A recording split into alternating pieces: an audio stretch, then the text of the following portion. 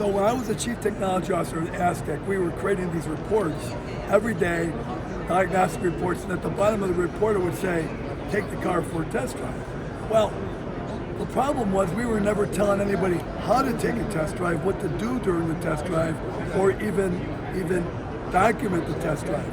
So that's what drove the idea for me when I left Aztec in August of 2019, is to create a product that actually helps people perform and document test drives.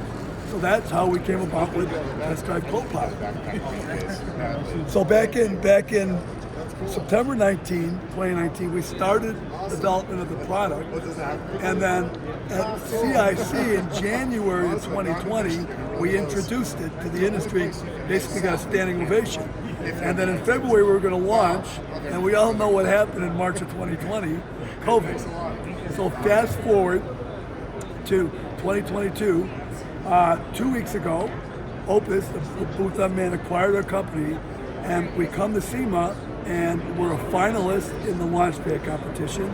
We ended up taking 5th place in the Launchpad. In Collision, we ended up with Collision Product of the Year. We ended up runner-up with the ADAS product of the year, and then to top it all off, I was just inducted into the Hall of Eagles and was inducted as the chair of CIC.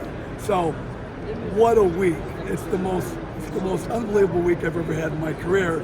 And to be honest, I'm ready to go home, lay down on the couch, and use the clicker and watch football. So there you have it.